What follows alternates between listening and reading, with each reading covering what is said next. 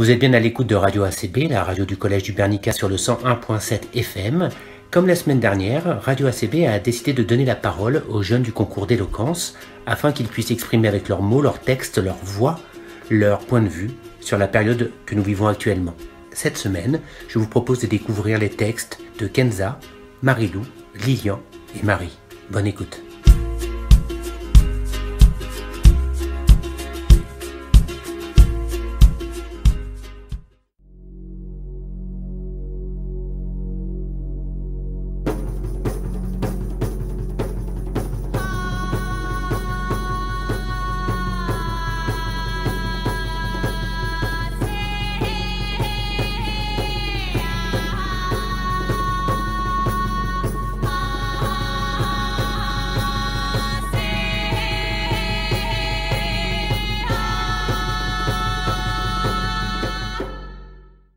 Bonjour le Collège du Bernica, je m'appelle Kenza et tout comme vous depuis 3 semaines déjà, je ne suis pas sortie de chez moi.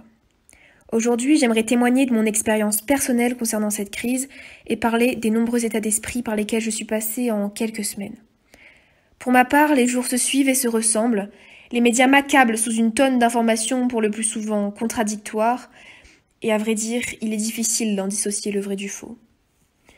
Du haut de mes 16 ans, il est vrai que je n'ai pas immédiatement compris la nécessité des mesures mises en place par le gouvernement, et je sais que vous êtes sans doute nombreux à demeurer sceptiques, comme je l'étais au début.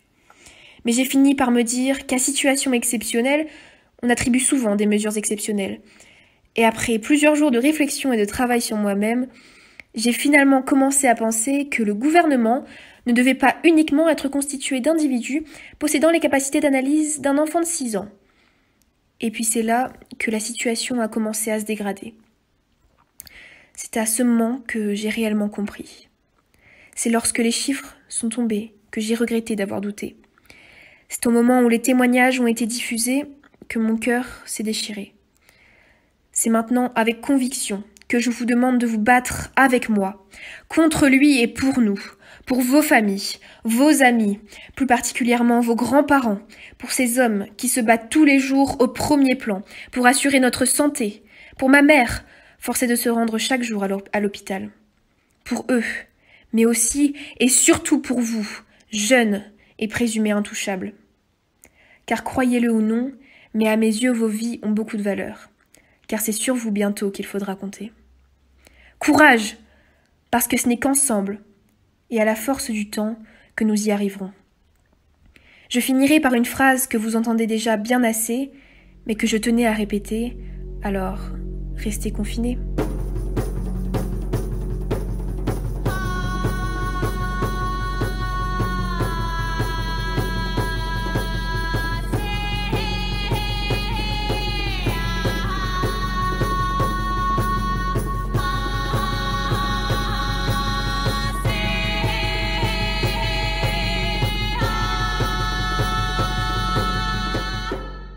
Je ne sais pas si je dois te remercier ou te blâmer. Tu mets le monde en pause et tu deviens en quelques mois une star internationale. Tu deviens le centre d'intérêt de tout le monde. Du Premier ministre français au médecin chinois, sans oublier la caissière iranienne, tu dépasses les frontières que l'on a créées. Nous, créatures pensantes de cette planète. Après tout, tu t'en fiches, toi.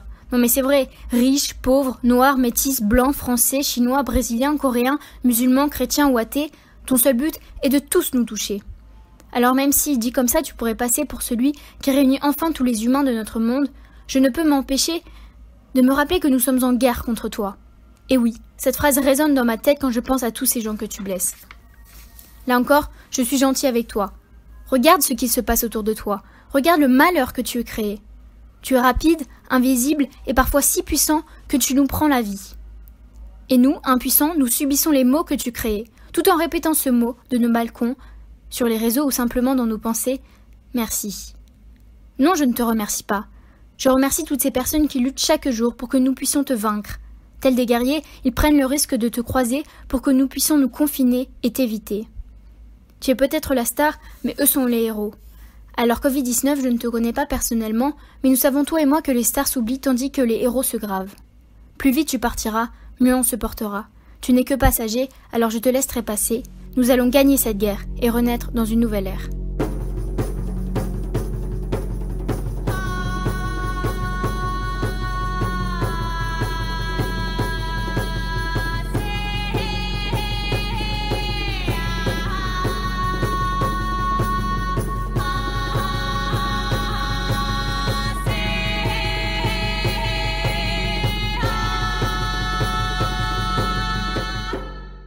Bonjour, je m'appelle Lilian, j'ai 17 ans.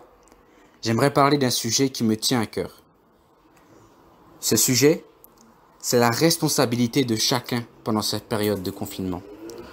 Nous nous devons d'être responsables, que nous soyons parents ou enfants, et respecter les règles en vigueur, car le Covid-19 touche tout le monde.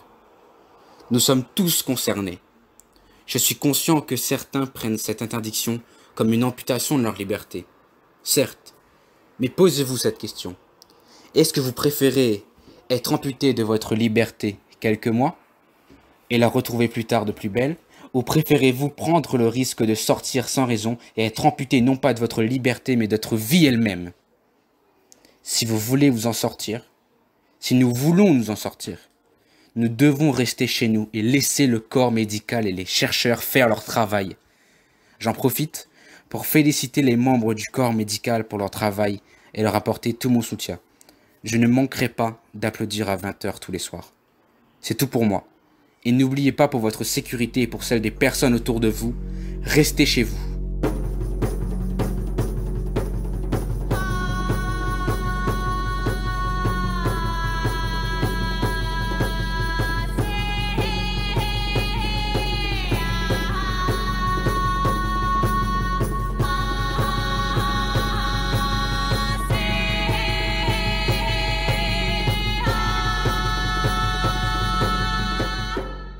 Je lui ai dit je le veux, pour le meilleur et pour le pire.